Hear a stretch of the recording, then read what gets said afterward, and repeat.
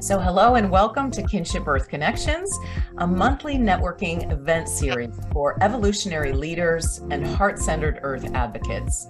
I'm your host, Lauren Archer, Executive Director of Kinship Earth. And on behalf of our Board of Directors, our Board of Advisors, our donors, and our extended community of kindred spirits, we want to thank you for joining us today. At each Kinship Earth Connections event, we introduce members of our network and we help facilitate introductions and strategic alliances and foster our growing community as one global network working together on our shared goal of helping humanity awaken to our inherent kinship with all life on Earth. Kinship Earth has identified 5 areas of strategic focus for our endeavors, and they are identifying our kinship ecosystem of conscious evolutionary leaders, and then convening gatherings and events like this to align and empower our personal and collective work, recognizing and amplifying Indigenous ways and wisdom, building a wisdom bank of resources for planetary regeneration, and inspiring relational philanthropy. I want to let everyone know that in addition to these live networking events, we have an online community that is currently free for anyone who wants to join. And we've partnered with the Open Future Coalition, and the platform is the Open Impact Platform. You can create your own profile. Carmen is in the room and she's created a profile. And one of the lovely things about this platform is you'll not only be connected with the Kinship Earth community, but you will also have access when you click up here on the marketplace. It will take you to a broad swath of regenerative projects, people, and organizations that you are more than welcome to network with. And so in order to introduce May was introduced to us by the chairman of the board of Kinship Earth, Dr. Stephen Gomes. So I want to give him the opportunity to share a little bit about his connection with May and why he feels it's so important to bring May to you and to introduce her to our community. So, Stephen.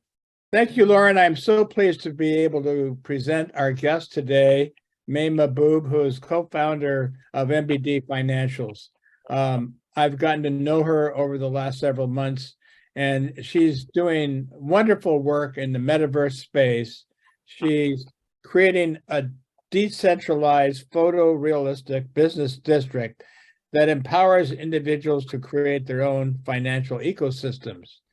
She's considered one of the women of the internet, one of the women of blockchain, one of the key public speakers in the field of blockchain and cryptocurrencies, DeFi, Web3, global impact that we're now having in the whole emergence of the digital world and the decentralized autonomous organizations.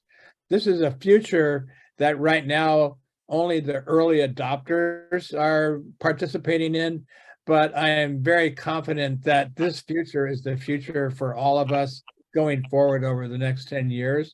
So we're very pleased to be able to have her here with us today. She has, as I've come to know her, she is an exciting speaker. She has a fierce metaverse warrior mentality.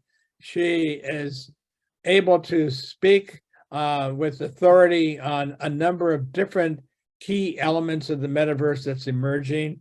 And she's an untiring advocate of this new technology and this new brave new world that we're going into, which I think offers the opportunity for all of us, and especially in consideration with our own mission in Kinship Earth, where we're working toward raising the collective consciousness of humanity regarding the kinship of all of us to all life on this planet, and what that really means, not just to know it intellectually and cerebrally, but to grasp it and embody it in our very core selves, so that we want to live that kind of life, and all of us want to live that kind of life.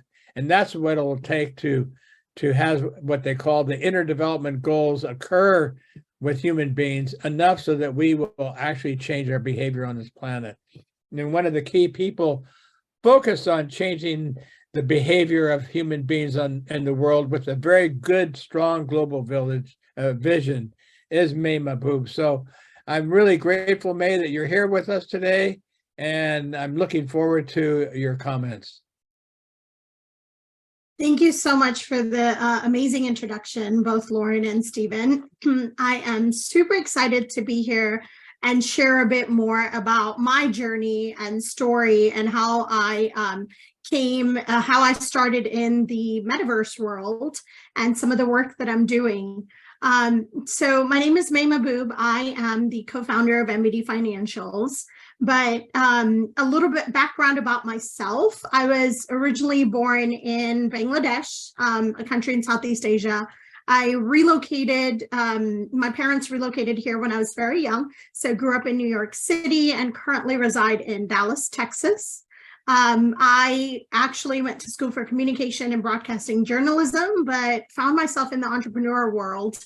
As I was kind of going through school, started working within the beauty sector in Estee Lauder, and started in more of the brick and mortar retail industry. And by the time I graduated, I was already an executive with the organization. So I realized this building and coming up with ideas and really growing organizations was part of my strength. So I continued that journey. And where a lot of the social impact piece kind of came around, my first business that I actually started, I was actually working for Lush Cosmetics in North America, and I decided to take, with one of my family members, take the brand to Singapore. There were over 135 investors and institutional investors that wanted to take the brand there. And if anyone ever is familiar with Lush Cosmetics, they are a very advocate for not just animal rights and human rights, but ethically traded ingredients and ethical products and services. So that was one of my motivation on how we could make an impact in the world with actual business models and products and services. So I interviewed with them and with the actual founders of the organization, and out of all of the institutional investors, they decided to give the brand to myself and my family member, my cousin, who originally lived in Singapore. So I packed my bags and relocated to Singapore and started building the brand from the ground up, which included a lot of ethical charity work that was involved in sourcing those ingredients ethically within the environment. And if anybody's familiar with the space, Singapore doesn't grow its own vegetables and ingredients. So it was working with a lot of organizations and farms in Malaysia as well as Indonesia, where I came to learn orangutans going extinct and how they were utilizing shark's fin within Asia, and how we could kind of save animals at the same time, as well as animal testing. So through that work, I actually got into helping organizations and individuals in Africa as well as Southeast Asia with especially women and children around education, and soon learned to realize that a lot of the resources weren't available. So how can I really make an impact with products and services? So after I relocated back to the US, after growing the brand, which is still continuing to grow, with my business partner who's based out of Sweden, he's also a renowned author and a technologist. He was doing a lot of work, especially around helping children in sex trafficking, which I'm also involved in Southeast Asia. We decided to utilize blockchain technology to create a movement and a change for accessibility. What happens when you help these children and women in various countries? You free them. And how can you really help them break out of that cycle, which requires financial inclusion, right? So finances play a key role in not just themselves, but those individuals also supporting their families. So that's where MBD Financials came around. We're building not just utilizing businesses and a revenue model to where we're utilizing these solutions and technology and financial ecosystem to be able to allow accessibility of resources that in a borderless world where technology can really make an impact in an individual's life. So that's where we kind of start this whole journey on how technology can not only provide an organization with the revenue model and the value behind it, but at the same time can make an impact globally and create a movement for change. So kind of going back into it, I'm going to, even though I have this slide deck that I'm going to share, I love to keep it more conversational. So happy to have questions kind of as we kind of go through it. But what I really want to share is, you know, as you hear a lot about Metaverse and Web3 and NFTs and digital currencies, it can be quite overwhelming. What I really like to do is simplify things to current solutions that already exist. And the way I see it is it's an evolution of current solutions with emerging technology that can really make a difference that's decentralized. So being able to not only have individuals that dictate the solutions and what can be offered to individuals, but where people are able to take control of their own solutions that's required or of their own finances, and how those resources can be accessible globally, despite a lot of the regulation changes and how government solutions are kind of added in. So I'll share a little bit about currently a little about me, of course, but some of the technology for financial inclusions, we've seen within the recent years, a growing trend towards utilizing technology for financial inclusions. So initially from the very beginning, you'll kind of see affordable mobile devices, and of course, internet connectivity that became a huge change in innovative financial technologies. And when you look at digital payment systems and mobile banking, I'll kind of go over very briefly about microfinance, blockchain, education, how NFTs and DAOs play a huge role. But initially, we've seen one key factor example of mobile banking and digital payments, where mobile banking within developing countries has played a huge role. So if you look at Indonesia, for example, over 70% of the individuals there are actually unbanked. So initially, a lot of the solutions really started with how do we bank the unbanked? But providing banking solutions, to me, doesn't really solve the entire the systematic changes and the barriers for individuals to break out of that cycle, whether it's inherited poverty or their socioeconomic status. So we look at, of course, the basic financial necessities and services via mobile banking, but how does digital payments as well as mobile wallets and the way people earn play a role within that ecosystem? So paying for goods and services plays a key role, but going away from cash and giving individuals that power of having banks will change how we look at financial industry as a whole. So of course, through mobile applications, we talked about just going over mobile wallets and becoming more popular for secure and convenient payment transactions. And mobile banking, as you look at solutions, there are certain organizations and projects that we're working with where, for example, one of the KYC, which is a form of digital verification, your identity verification services, now you can provide payments to individuals just via even mobile apps like WhatsApp that's widely used. So if people living out of the country, they're able to pay bills directly, whether it's utility bills or whether it's rent payments or groceries, individuals are able to kind of provide those solutions via just WhatsApp services. But going away from cash and traditional banking systems for individuals that may not be able to have those enough funds, how do we provide those same individuals with resources and financial solutions where they're able to earn? So that's where a lot of the digital payments come in. Cryptocurrency, of course, goes beyond just being a form of transaction or a form of payment. It's creating utilities that tie into it. So we've seen Bitcoin and how they have kind of impacted El Salvador, for example, and how tokenization can actually help benefit an ecosystem. Second thing that I'm personally very passionate about, and this is something that I have always felt, that how can we really use microfinance and small loans, microloans, to better an ecosystem or a solution for individuals that have an idea, or like say it's a farmer that needs that small loan in order to have tractors or farming supplies to really help him jumpstart his to break out of his cycle, right?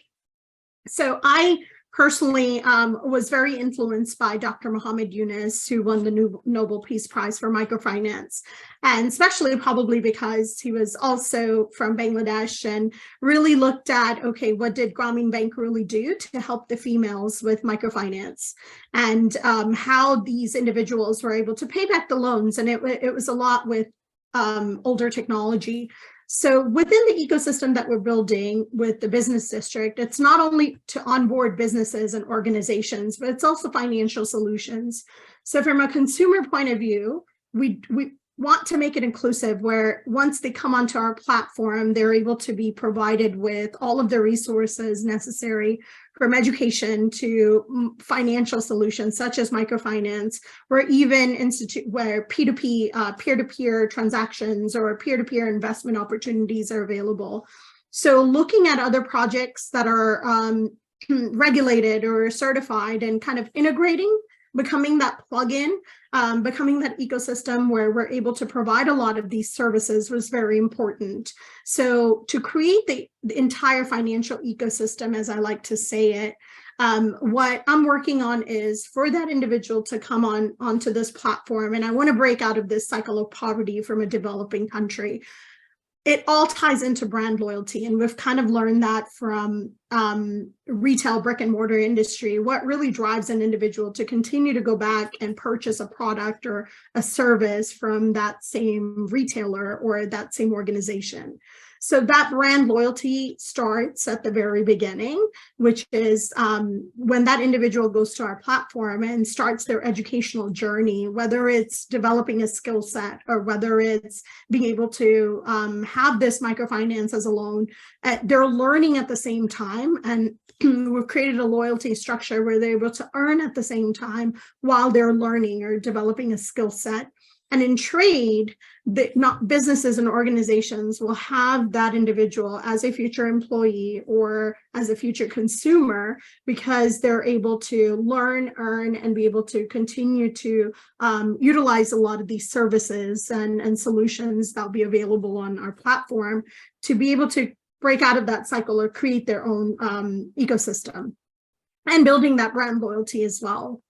So digital currency and again, microfinance, there's quite a bit cross-border and benefits on how individuals work in a country and send money home in general. That plays a key role no matter where, when you look at the entire immigrants from across the globe. One of the key factors is they're not able to bring their entire family over. For myself, we grew up with just our immediate family. We have very few distant relatives, cousins, and various sorts that I grew up with. So a lot of times my grandmother was still in Bangladesh, and I've seen my, birthday presents and sending money back home plays a key role.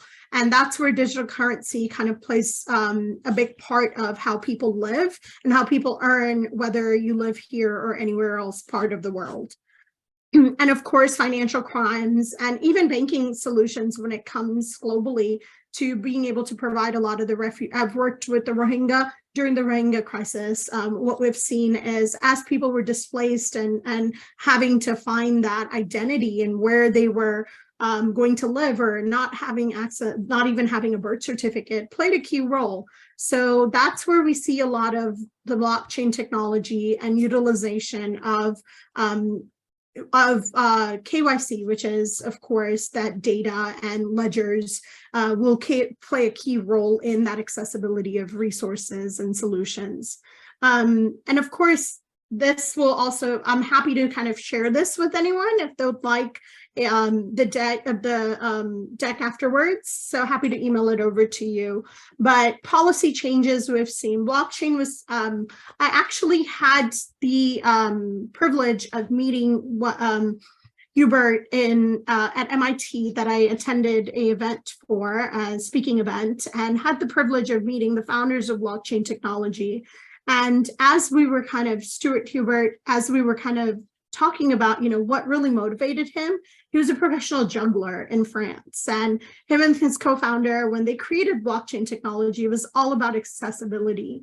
And it's been utilized in different forms, but with solutions within organizations. But it was to be able to provide a decentralization and accessibility of resources globally.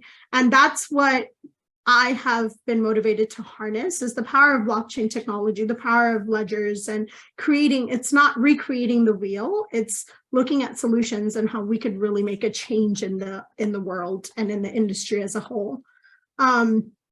And of course, going back to how education will play a key role, it's really important to educate others, because I feel like when you think about the metaverse and, the trend started with Meta kind of looking at, oh, this is a social aspect, and what other projects are doing. There's many, many projects and founders that I come across that are really creating unique solutions. And some will never get to be honest, some will never find the proper funding or get to that point where they're able to kind of increase the value of what they're building and great ideas, but especially due to whether, with how the market is. We've been lucky enough to where I've been able to leverage a lot of the resources that I have and the networking that I've been able to do and become a voice for the brand in itself,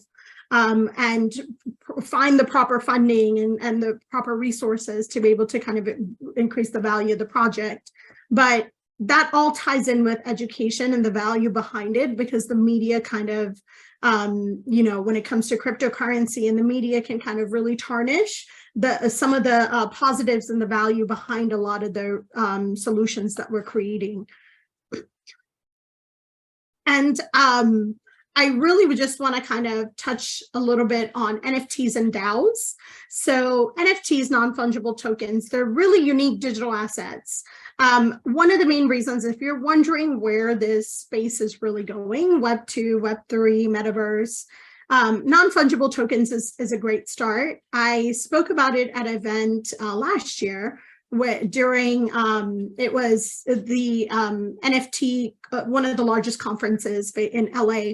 And the very first thing that I said was, that's when NFTs were kind of shifting downwards, is that everything will eventually become an NFT. And especially when you look at retail and when you look at goods and services and even real estate, financial solutions, Web 2 space, products, services, that's where they're going to start utilizing these digital assets as a form of that ties into with real world utilities, as what we call phygital products. So phygital is physical goods as well as digital goods kind of tied together. And that's what's really going to change and shift the economy and change the way we do business as a whole. So what I started building about a year and a half ago is the world of, imagine Amazon, Etsy, and Fiverr, Upworks, kind of all merged together in one place where anyone can become an entrepreneur and be able to open their own store, have actual digital goods and services into digital NFTs as products and services, and create their own community. And that's where DAOs will see a huge, DAOs, decentralized autonomous organizations, they're run by code. And that's where we'll see a huge merge and change as well. Now that with Amazon coming out with their NFT and what Nike did and Starbucks, a lot of people have started reaching out to me and they're just like, you kind of predicted this. And that's coming, that's nothing new really. NFTs are basically loyalty systems that has been utilized for many, many years by organizations, especially in the beauty industry. That's what builds brand loyalty, marketing, influencer marketing, and it's transitioning into this space as well. That's where a lot of the utilities come in. So as we see impact-driven brands, every brand, such as Lush Cosmetics, they have this impact kind of tied behind it. I think we'll see a huge move and shift in how brands utilize their brand loyalty and tie in the impact piece, because communities, whether it's Gen Z, Gen X, or individuals, they want to buy from an organization or utilize an organization that's actually making a change in the world and doing something good. That's not just charity. There's always a way to create an ecosystem without just a handout. And that's what we're building. That's what we're working towards, is how do I make an impact in the world while innovating with new technological solutions and keeping up with like the trend in itself. So that's a little bit about what I'm working on, and where I kind of see technologies merge with where innovation and the current trend is, and how each one of us individually can make a difference, whether it's partnering with an organization that's doing something like this, that doesn't have to be charitable, that's tying your current solutions. And if you're from a Web 2 space and you're looking to transition into Web 3, how can I work with an organization that's making an impact or making a difference? And it doesn't cost anything. It's being part of that ecosystem that's doing good at the same time, but at the same time, following business models and have proper business solutions to work with. Very exciting, May. I'm sure everyone's very enthused. I'm just going to do a quick little announcement here. So what we're going to do is open it up. If you're ready, are you ready to open it up for questions? I want to let people know that if you're not already familiar with it, there is a button on the bottom of your screen that says reactions, and it's got a little smiley face. If you click on that, you will see an option that says raise hand. That will put you in the queue to have your questions answered. And if that doesn't work, or for some reason you are unable to do that, you can feel free to just go like this, and I'll try to keep my eyes open for you. So thank you so much, May. It's so inspiring to hear what you're creating. I see Mayan has her hand up. So Mayan, one of her organization, Planetary Care, just presented at Kinship Earth Connections last month. They are doing some incredible work. And where'd she go? There you are. I'm here. There you go. Okay. Hi. Nice to see most of you all again. I think we were on a month ago. Has it already been a month, Lauren? About around there. Yeah, wow. So thank you so much for that overview. That was really helpful. I'm really curious. So I know you mentioned the NFTs are often used for loyalty programs. Do you have examples, and maybe Lush is the example, of an impact-driven enterprise that is already using NFTs, and how is that working? Yeah, so Lush hasn't started with NFTs just yet, so we'll kind of start with that. For example, I want to kind of go back to Starbucks, because a lot of their who's utilizing NFTs as a form of play to earn, as well as a reward loyalty structure, specifically because they do work with a lot of social impact organizations when it comes to how a lot of their coffee beans and several things are sourced. But I am currently speaking with multiple organizations that are, whether they're animal activists and global animal activists, as well as we're partnered with a United Nations project, which is called Peace City World. And what they're aiming to do is utilize a lot of the Metaverse and digital goods and services to empower, and they're building anywhere between 5 to 10 smart cities across 7 different continents. And these smart cities are in a lot of these developing countries, where they're tying in a lot of the organizations and bringing them in.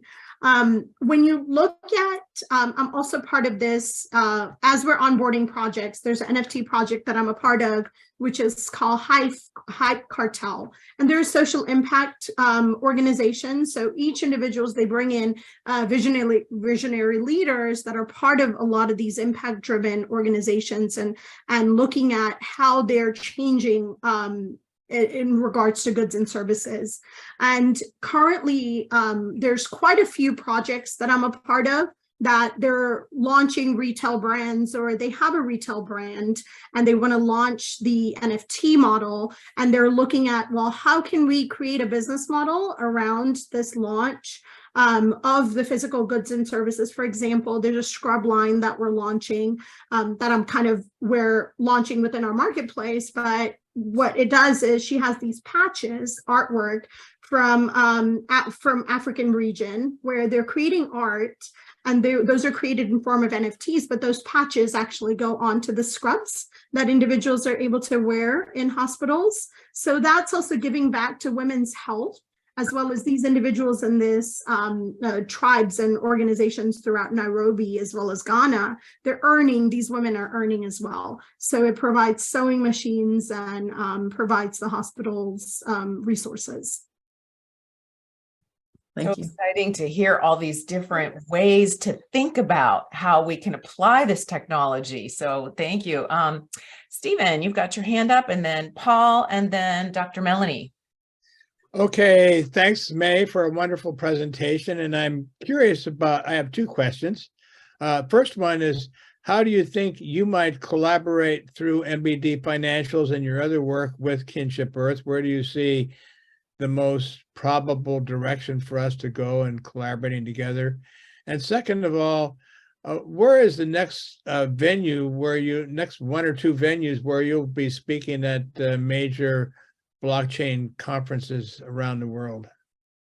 Sure, of course. So with Kinship Earth, there's actually quite a few opportunities that I see that we're able to collaborate in. Not just some of the networking projects and various resources that are out there, but one of the things that we've also added in is a all-in-one platform. And of course, within the marketplace, whether it's audiophiles or people just creating communities and being able to have access to a lot of the impact-driven organizations and how they could become, how it can all be connected together is a part of where I see a lot of the collaboration.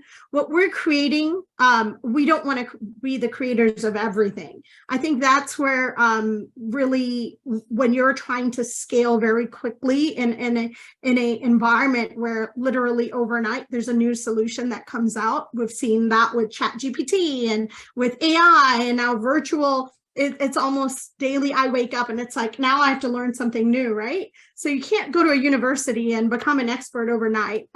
So I spend anywhere between 2 to 3 hours a day just learning about the vast amount of solutions that are out there and connecting with other founders. Where I see a lot of value is that being that plugin, almost the surge protector of the metaverse. How can we collaborate? And when that individual comes onto our platform, how can they find another expert that offers a solution that we don't have? And that's where a lot of the collaborations come in, and where people are able to go and say, hey, I want to be part of this organization or network with these individuals that are making an impact in this, in more of the social good and more towards Earth. And how can we collaborate and kind of combine as one? So, and some of the other conferences that I'm speaking, I'll actually be speaking at Breathe Conference, which is in May in Las Vegas.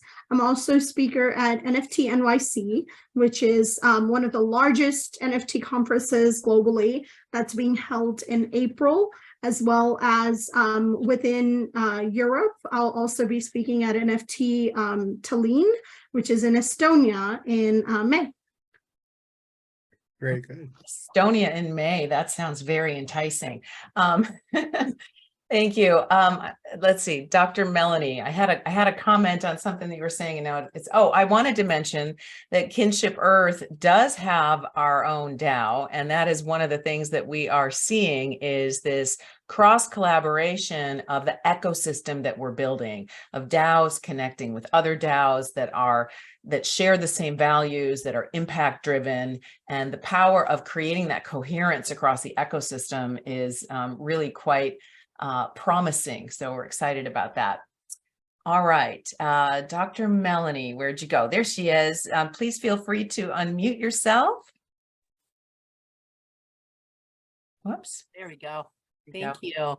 Thank you, May. Very inspiring and encouraging in so many ways. I'm really glad I attended today. Thank you to Kinship Earth for the good platform as always. So I am curious about what you might be aware of with emerging monetary policy adaptations that I know the central banks are likely scrambling behind the scenes to do in many ways, given especially that this emerging huge market and the marginalized and the disadvantaged and the often unbanked are, you know, they're a population of people that have not traditionally been held up and leveraged and given, you know, the ability to really advance themselves in that particular policy framework.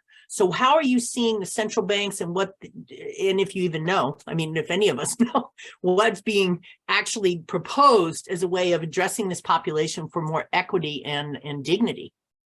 Yeah, absolutely. And thank you for the nice comments. I hope everyone's enjoyed the conversation. So I actually study the regulations and the regulation changes quite a bit, especially when it comes to digital assets. Plays a huge role. And we've seen a lot of, you know, what happened with, of course, FTX and various other centralized organizations kind of coming down with a lot of the changes and what's going on in the space as a whole. But where we see traditional SERF, which is SERFI, as well as decentralized finance and centralized finance kind of coming together. One of the key leaders in this space is actually JP Morgan, Goldman Sachs. They're actually have already started offering solutions when it comes to their own currencies and digital currencies and utilizing a lot of the digital assets as a whole. There's actually organizations that are already utilizing when it comes to, in the US, 401ks. So now you're able to actually self-directed IRAs, you're able to invest into cryptocurrencies on various platforms and still write those off in taxation. And Coinbase has started, a lot of the centralized platforms have started various solutions such as that.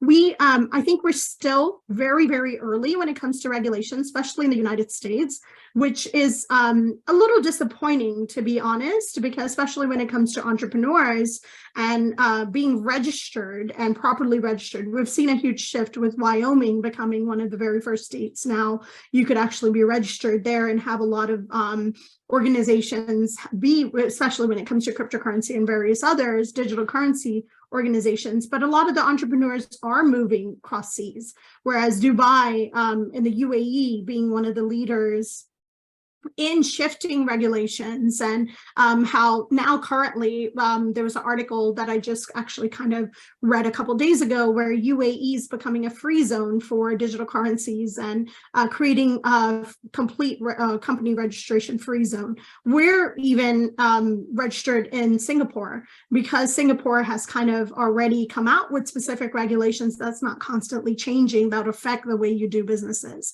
So that's where we see a lot of shifts, is that especially founders are going and registering where it makes it much easier to register with countries where they already have a foundation and a base created for digital organizations such as ours, and there's not going to be a huge shift. So I'm curious to see where US regulations kind of come within the next few years. And I hope it would be more beneficial for us to be able to bring back the businesses and organizations based out of here. That's beautiful, May. I just want to clarify that what I'm hearing in that, and some of this is just over my head, frankly. I'm a physical therapist. That's why the bones are hanging around here. But one of the things I'm curious about is, are you seeing policy changes that actually stand for dignity and equity for the marginalized and disadvantaged groups that this is targeting? We are, absolutely. And I think that's where the regulation changes come in, is to be able to have more accessibility of a lot of these solutions and digital currency in various countries, especially in the developing countries. It's very encouraging, especially the track record's not been great to really change what it takes to do that. I'm just all in. So thank you. Absolutely. Such great questions. Thank you, May, for opening it up, giving us plenty of time for this engagement because it's such an exciting topic. All right, Dr. Carmen, you've got your hand up. Feel free to unmute yourself. Hi, everybody. Hi, Lauren, and hi, Susan. Big hug for you and for Stephen. I'm so very, very happy once again to be with all of you. And thank you, Lauren and Stephen, for putting this event together.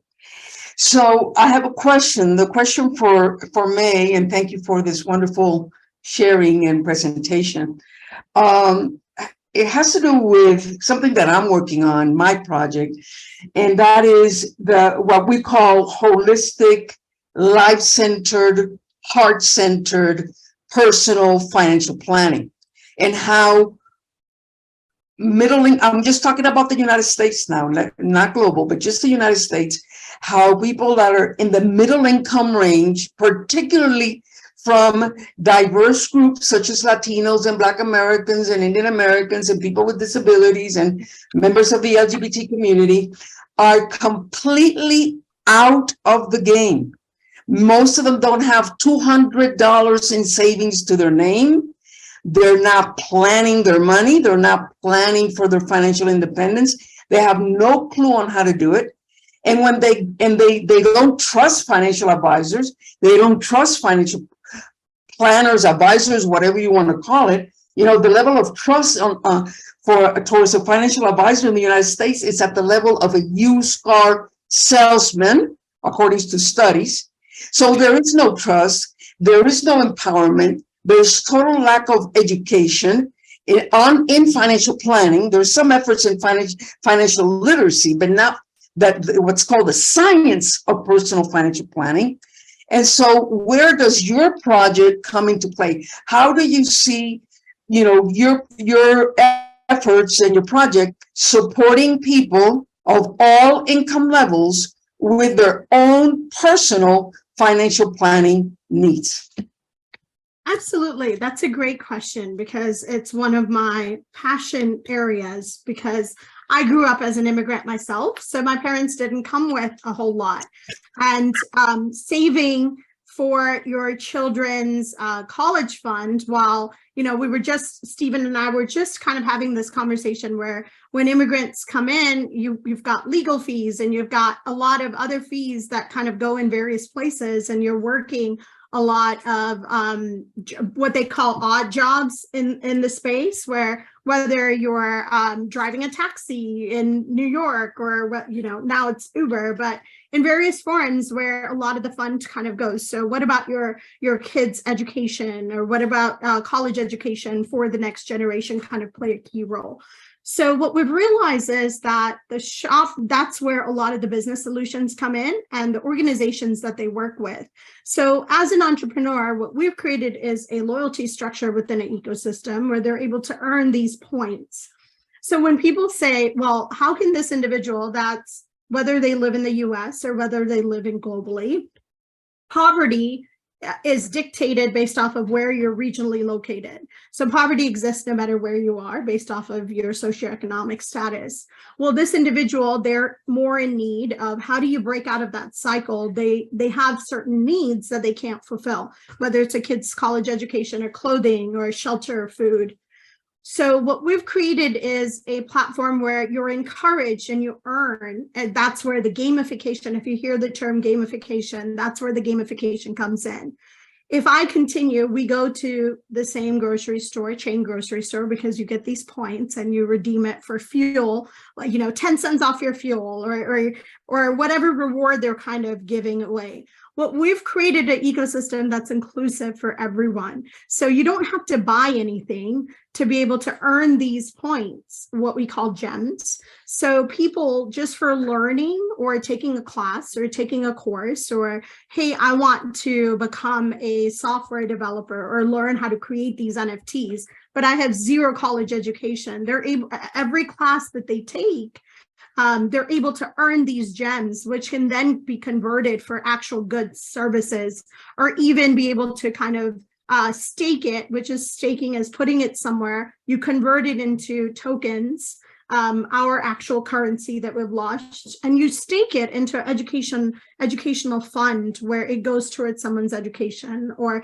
kids can actually be active and earn for their future education. I got this was very much so influenced because my parents had 3 kids and they couldn't afford to send us all to college.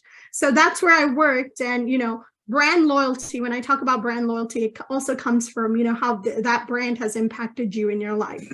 I don't use any other cosmetics except Estee Lauder, because Estee Lauder paid for through tuition reimbursement, they paid for my college education.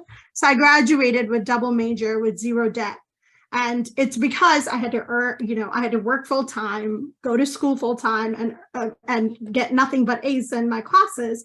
But they provided me with that opportunity, and where I see it, education played a key role. So those are some of the things that we're tying in. How does this play a role in your family household, and how can we make that impact to where it creates that bond between a brand organization as well as what you're earning?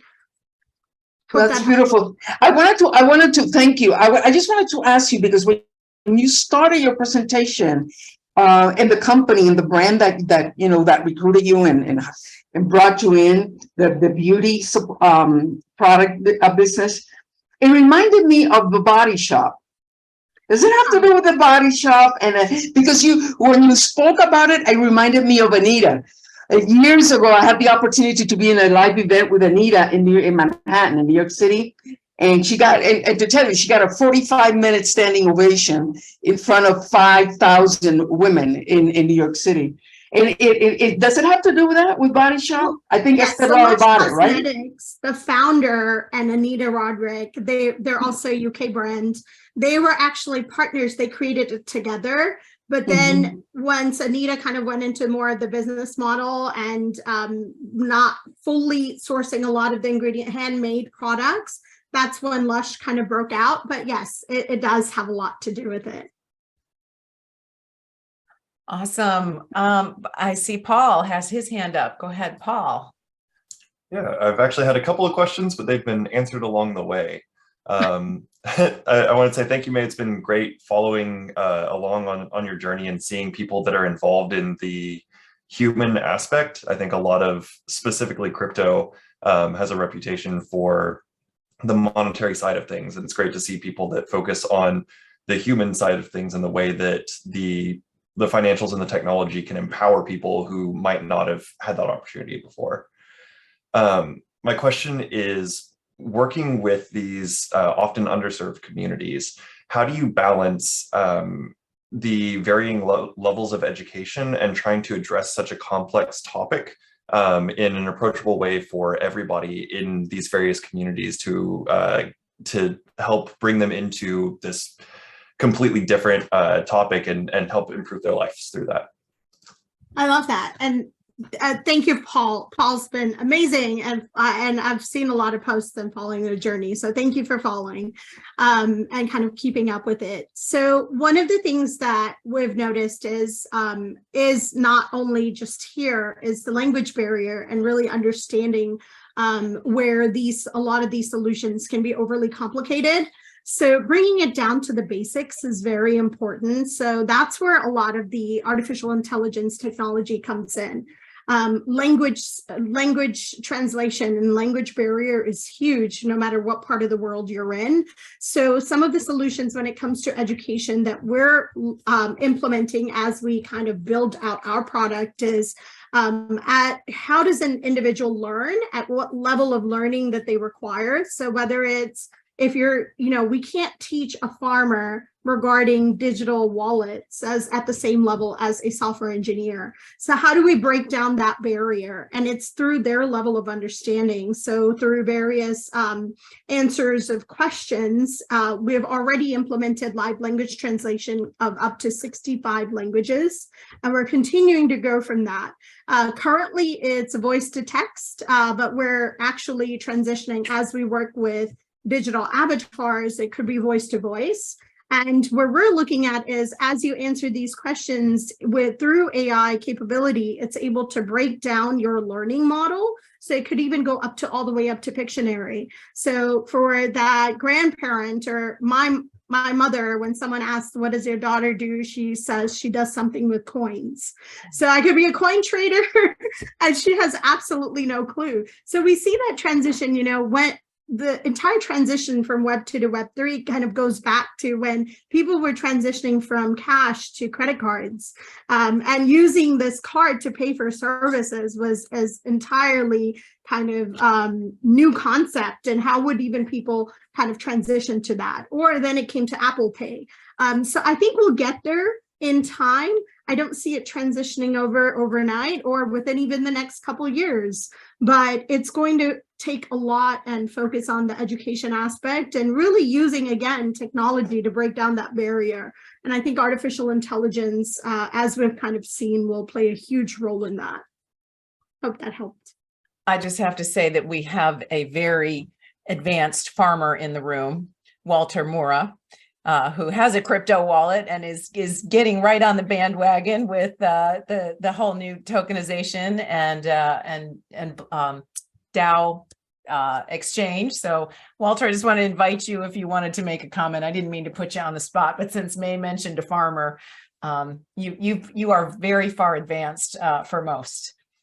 Anything you want to share? Well, I was actually thinking about it in relationship to Finca Sagrada, because right now Susan and I are the sole owners, and we'll be putting the land in the United States be called a limited liability corporation, and we'll be taking in partners who can live on the land. And then we're thinking of going the further stage. We've actually already in the process of creating a DAO for Finca Sagrada, but I was actually thinking a little bit in the direction that, like the Constitution in Ecuador gives nature rights. And I think in New Zealand that they've even taken that further, that like a river is a being on its own. I think they worked that out. And the indigenous, they don't own land as such. Well, the whole idea of ownership of land is very different, right? And we're trying to get away from the idea that we're owners of the land. We're more stewards of the land. So I think this is pretty new field. I was wondering if you had any ideas along those lines in relationship to DAOs and blockchain technology. Yeah, absolutely. So what we've seen is fractionalized investments and tokenizations will play a huge role. So currently I'm collaborating with a project who focuses on tokenization of actual real estate in various areas. And that goes into, well, how does these individuals that can't afford to own farm land in itself, how can they farm on those lands? So these investment properties through DAOs and tokenization, what they've done is their individuals are able to lease the land, and it goes into a staking protocol, and what the way they pay back the loan or the rental of those lands is through how they are able to sell those crops, and they're provided with resources or whatever they're farming off of that land, and they're able to kind of get further microloans that's able to kind of support that from fractionalized investments and the dividends that are paid out. But that's just one of the solutions that we've seen in the space. And there are various other projects that are doing quite a bit of work within. This is something that they're doing in Indonesia that we've been kind of working with, as well as Israel. But there are various other projects that I'm connecting with and really learning as we kind of venture into the real estate models on how we're able to kind of support that and have it to where it kind of still continues to follow a lot of the regulations when it comes to these fractionalized tokenization of actual real estate properties. Marianne or Mayan, it's the Dutch pronunciation. You're doing a lot with land, and I don't know if your question is heading in that direction, but I would love, for you to chime in a little bit about what Planetary Care is doing with your tokenization programs. Yeah, so we're at this point implementing the HIFA DAO, and we will be creating our own treasury and all those things. Exactly how we're going to be using NFTs, we haven't quite figured out yet, but we are quite excited for that phase when we get to that. My question, May, was really more around your community and the platform. I would love to learn a little bit more about the community around your platform and how your strategy around building that community, because that's always a tricky piece to do well. Yeah, and that's where we see a lot of the onboarding of projects kind of come in. So from a marketing perspective, how do you scale that instantaneously? So community is a huge part of this space to begin with. So for example, currently we're onboarding about 25 projects onto the platform because we've just recently, we launched our MVP beta, all of the testing, and we just went live. And as we onboard at each project and stage, we're building this ecosystem. For example, one of the projects we're onboarding, they have about 150,000 community members. So through joint marketing, we kind of gain those community members and kind of merge those community members together.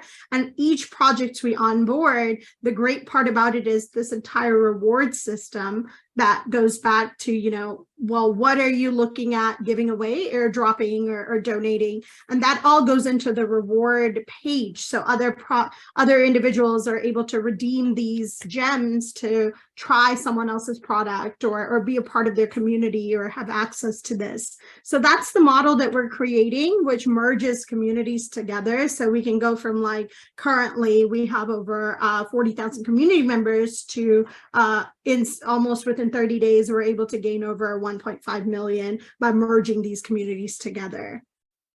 So is it like a big variation, I guess, in the type of persona? I guess it is. So we're currently, the way our ecosystem works is we're onboarding projects that are already in the NFT space. So projects, whether it's gaming projects or financial projects. At the same time, we're also onboarding Web2 retailers and organizations that are looking to move into the Web3 space.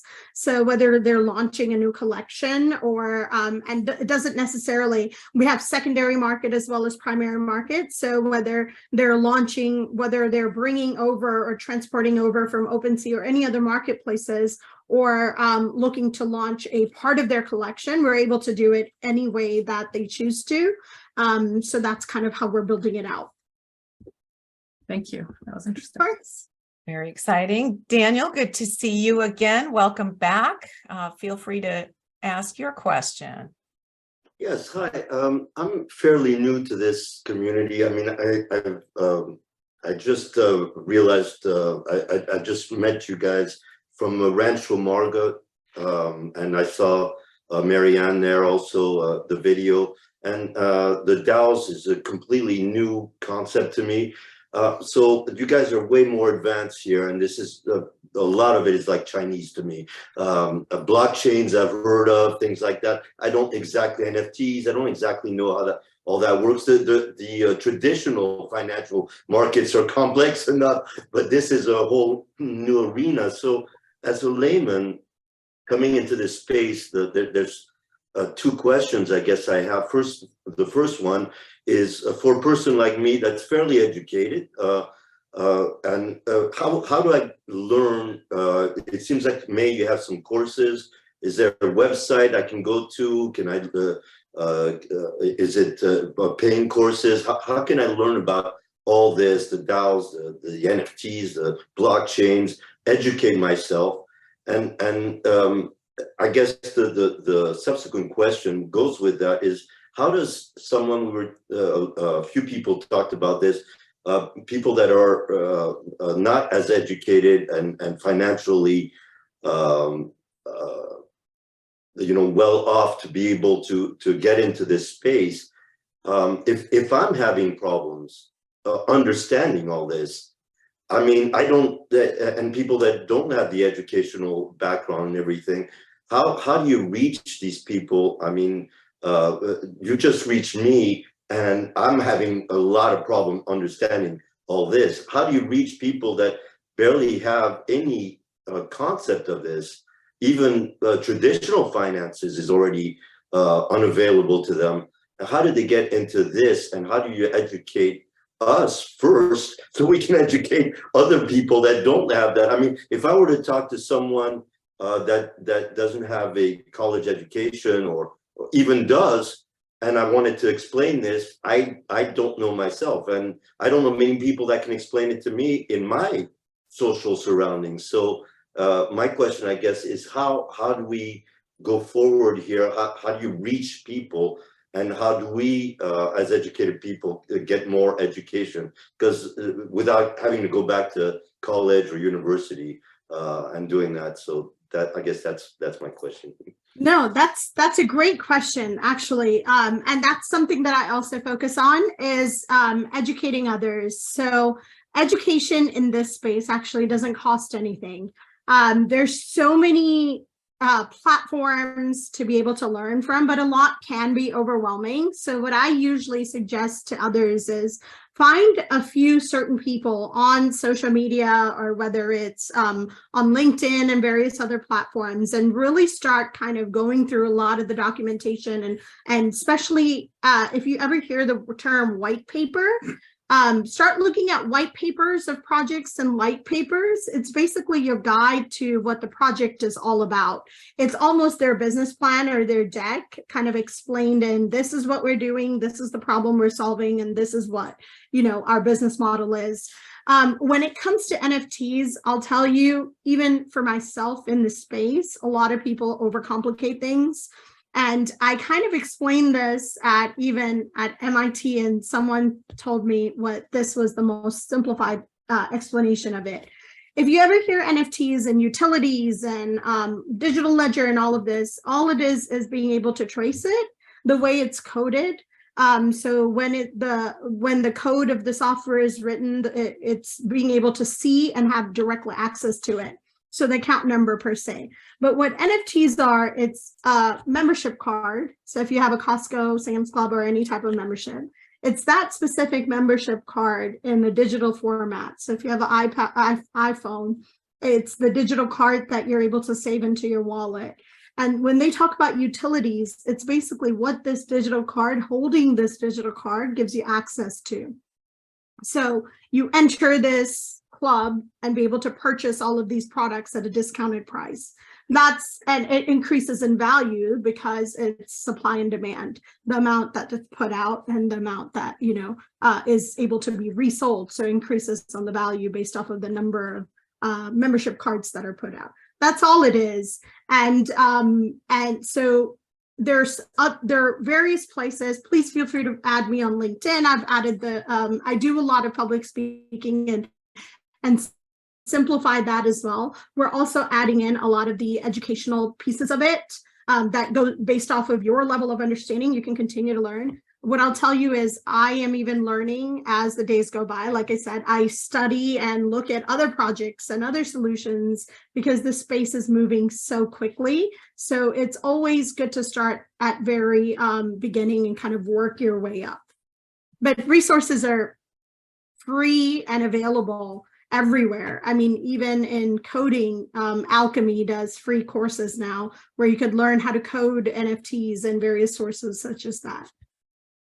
I'm going to jump in for a moment. Stephen put a few videos in the chat that he and I co-produced for HIFA on the HIFA DAO. And my understanding too, Daniel, in terms of the technology is it is so customizable. So every DAO can be customized in hundreds of thousands of different ways. So everyone's going to come in and create an organizational structure that is unique to them. We have the capacity, for example, with the Kinship Earth DAO, we haven't applied it yet because, you know, the decisions that need to be made first are how do we want to use the coins, and what are the values? And we can have exchanges, tokenized exchanges, that are not necessarily attached to any kind of a dollar value, right? It can be like what May was talking about. You take a course, you get a token, and then we get to decide how are those tokens used. And then also, how do we plug into the ecosystem of other DAOs, and to what extent are we creating a circular economy where we can all be supporting one another? So it's a new frontier. There is a lot to learn. May, thank you so much for giving us a bigger picture in terms of how we can even think about this. I see Aletta has her hand up, so I want to go to her next, but I also want to make sure that we ask you, is there a way that we can play right now? Like if anyone were to go to MBD Financials, what is the invitation for us to create an account and play in your ecosystem? So keep that in the top of your mind, and I'm going to invite Aletta to ask her question. Before you do, I want to jump in also, because I was going to say a couple of words about that as well. As you just said, I just put in 2 links for a 3-minute and a 6-minute video, Daniel, about this subject, very, very early level for beginners. And as you can see here, many of us are early adopters, as Everett Rogers used to call the very early adopters of a new technology. But most people are not early adopters. Most people are just exactly where you're at, and they have to learn it. It's a new language. But what's powerful about this new language, the most powerful element of it, is that it's a people's language. It's a people's way of organizing in the virtual world, in which it's very difficult for the big corporations and big governments and big institutions to delay or change or prevent the people's voices from being heard. So this is a brand new way of people having voices for the first time to directly impact the dialogue of humanity, and getting a nonstop movement in the world where you get a critical mass of 15% of the people, and you get 15% of these people focused on the direction that we're all going on, and it becomes unstoppable. So that's the power of this technology. That's why you see us early adopters adopting it and taking the time at our older ages to understand it. So I just wanted to add that in there. Thank you, Stephen. All right, Aletta, welcome. Please feel free to unmute yourself. Yes, well, firstly, thank you very much once again to KINS to make, introduce us to all these amazing people around the globe. I want to thank Daniel for raising that point about how does one connect to all of this, because it's so complicated. And as a farmer, or a retired farmer now, but I mean, I have a very vivid image in my mind that when I teach people to milk, even though we use a milk machine, I always start by teaching them to milk the cow by hand. And I don't know whether Walter might resonate with that, but I believe that you first need to have the physical earthbound experience of something before you move into a technological improvement, because you could never really know whether that technology is doing what you want it to do if you haven't actually experienced it in nature. Now, my big challenge around, and I've spent now the last 4 months really immersing myself in this whole ecosystem and learning and looking and researching, but because I have my feet very much in the farming environment, and my community are people that are challenged, not just in terms of being poor, but they are not very literate.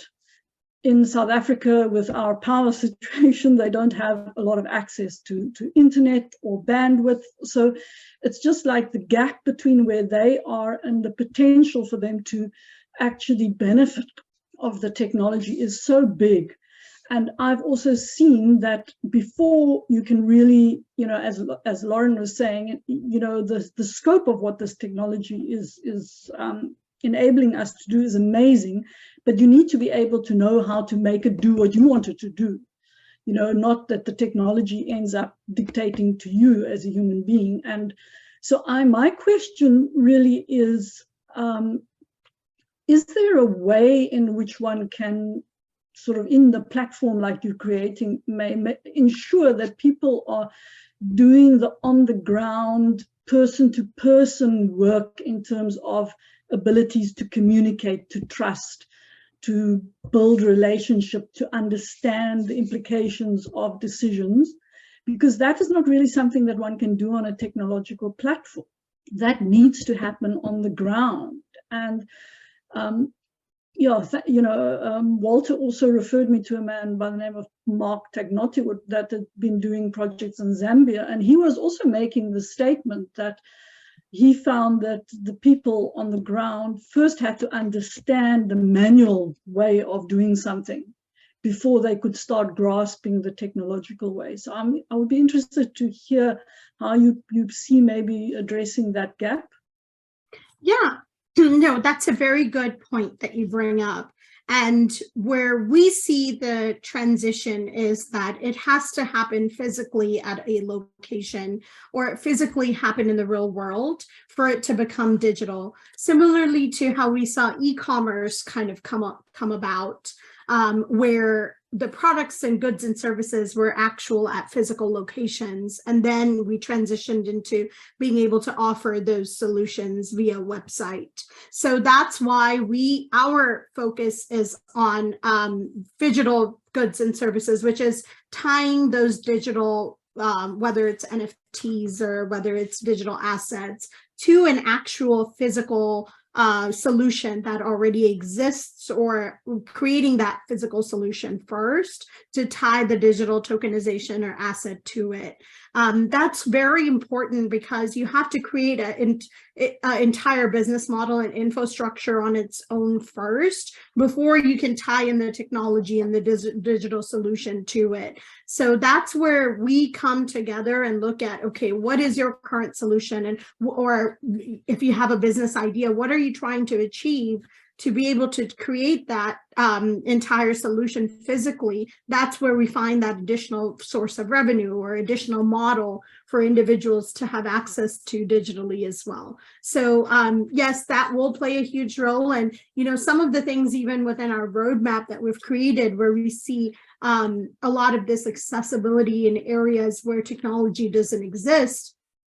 For example, I'm working with a healthcare solution where they do have drones that deliver a lot of actual pharmaceutical products in Ghana and parts of remote areas. When it comes to education, they're using satellite solutions to drop a lot of the content into several little villages and tribes there. So where we see a transition is that technology and educational sector has to have physical locations in such areas where technology and the physical parts of it will come together. So having a lot of these resource centers will play a huge role. And that's part of our roadmap as well, in certain areas to have actual physical locations where technology could be available.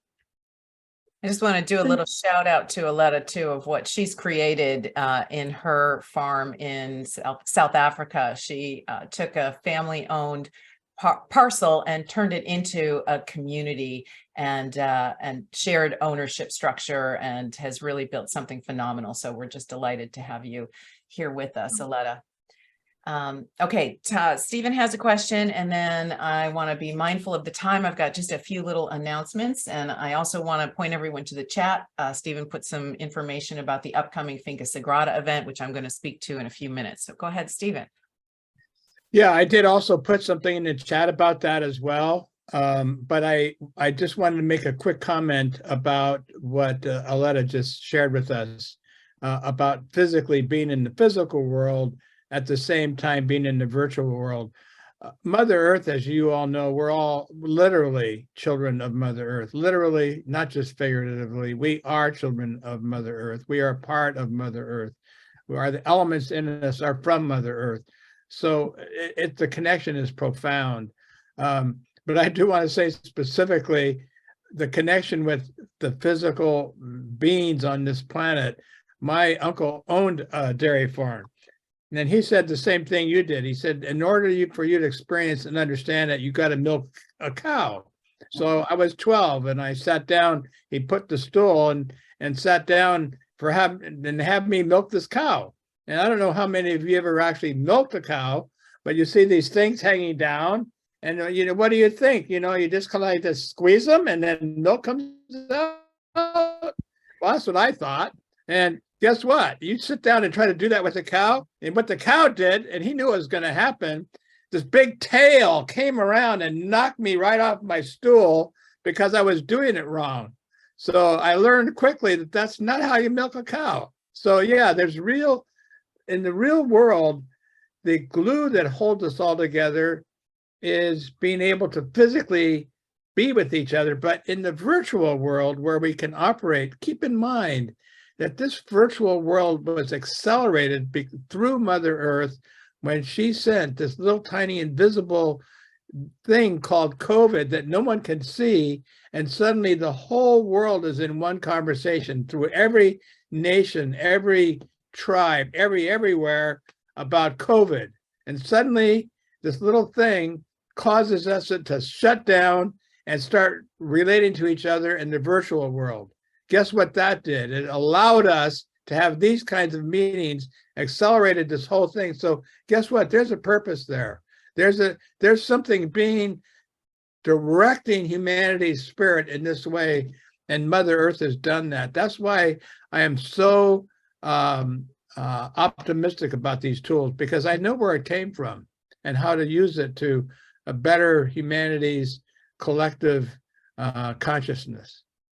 Awesome. Thank you, Stephen, for that perspective. May, I wanted to give you a chance to share how can we get involved? What is a way that we can either sign up to the existing marketplace, or what do we need to know? Oh, feel free to. Yep. Okay. Perfect. So I've shared the link as well as my link. So if you are a project or if you want to collaborate somehow, happy to kind of gather ideas or know anyone. We're currently onboarding, so you can play around on the platform in itself.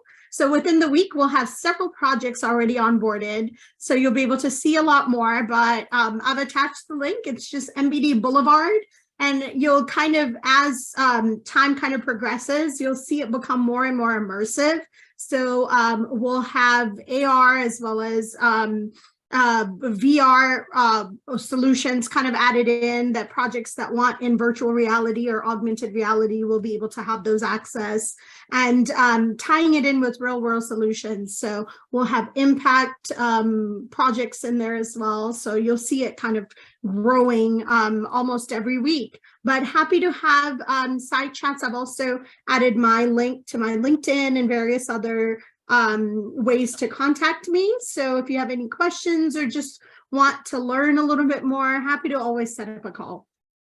Thank you so much. And we really appreciate you weaving into our ecosystem so much knowledge and so much forward thinking in terms of what's possible in this world. And I know that, we're getting caught up with the technology, but the people in this room are helping to build the infrastructure and the architecture to elevate that when there is more adaptability for people to have more wider distribution of smartphones and tools to be able to get online and do that. And, the younger generation is picking it up really quickly. So I have no doubt that will multiply quickly. All right, I want to share my screen for just a couple of final announcements here. So thank you, May. And I will be putting the link to this video up on the same event page that we had for May. You'll be able to go to that event page on the schedule page on our website. I'll put all the links to her website and her contact information. And so that will be there. Want to remind everyone that if you would like to connect with us and network in our online community, that is free. We have partnered with the Open Future Coalition, the Open Impact Network. When you go to kinshipearth.org /community, you'll be invited to create your own profile, and then you can network not only with others in the Kinship Earth community, but also when you click on the marketplace, you will be tied through open architecture to a vast marketplace of people, projects, and organizations that are impact driven and working on regeneration of our planet all across the world. Can I just jump in here real quick and say one more thing about that open future platform that we elected to be at Kinship Earth? We elected to be part of this. And one of the reasons we elected to be part of this particular kind of network platform is because it's unique. It started by two really incredibly skillful and intelligent women who made it inclusive. And unlike many other platforms, when you join it, they don't make it exclusive that they own you like on the other platforms. It's totally set where you keep your identity, you keep your connections. At the same time, you're free to migrate throughout the network and connect with anybody else that you want to, but there's no ownership of you. And that's unique. They're taking it as a community service point of view, which makes us look at this very carefully, and we decided to adopt it as our platform for coordinating with other organizations. Yes, we're very aligned with their value system. All right, I also want to note that when we talked about what Kinship Earth is doing, one of the things we're doing is building a wisdom bank of resources for planetary regeneration. So we have a growing video library, both on YouTube and posted on our website. And we recently released a video. Kinship Earth attended a Minimum Thriving Summit at Rancho Margot down in Costa Rica. Mayanne was there and Stephen was there, and I produced a video about the process that they're going through. And again, it's early adopters thinking through, how do we use this DAO technology, the Decentralized Autonomous Organization? How do we use NFTs to secure land stewardship for generations to come? How do we self-govern and use these tools to streamline and to amplify our impact and scale what we're trying to do with our reach? So highly recommend that. And if you haven't, if you have any travel plans to go to Costa Rica, can't recommend Rancho Margot enough. It's a fantastic example of a sustainable eco resort. And then some upcoming events that I'm going to make sure you've got on your calendar. On April 13th, we are so delighted to welcome Barbara Mers. She is a visionary leader, philanthropist. She's on the board of the Buckminster Fuller Foundation, on the board of Pathfinders International, helping women. And so her presentation is really going to be all about empowering women and how we can lead the global change in climate solutions. And then, is Vilcabamba calling you? If you'd like to visit Finca Sagrada, we are planning an event at Finca Sagrada and then also at a local venue in Vilcabamba, Ecuador for June 16th through the 25th, 2023. Our planning team has been working hard behind the scenes. We are almost finished in securing the venue, and once that is secure, we will be making more announcements about how you can participate. But please put that in your field and think about how you might want to come and participate, honoring Susan and Walter and everything that they have created. And then similarly with what Juan Sostheim is doing at Costa Rica, you heard Walter saying he's turning the land from private ownership into a community supported sacred site. And so we are inviting people who have expertise and interest in land-based projects, in regeneration, in community building, to join us for this wonderful collaborative event where we'll have an opportunity to get to know each other. And we're going to have a passing of the torch ceremony honoring the transition that Susan and Walter are making with inviting Finca Sagrada to grow to its next level of evolution. So we're very excited about that. And we want to thank all of you for joining us today. We want to thank May so much for her generosity in sharing her wisdom. Really encourage everybody to stay in touch with us. If you're not already on our email list, please be sure to sign up at kinshipearth.org and you'll be invited to future presentations. And I also want to acknowledge so much wisdom in this room. Everybody who's here, thank you so much for sharing your heart and your wisdom. And feel free to unmute yourselves now, and we'll do a thank you and a bye-bye. Thank you so much. Thank you. Goodbye. Bye. Thank you. Bye-bye. Hey, everybody. Goodbye. Thank you. Thank you for joining us for today's Kinship Earth Connections event. We encourage you to like this video and subscribe to our YouTube channel. To learn more and get involved, please visit us at kinshipearth.org.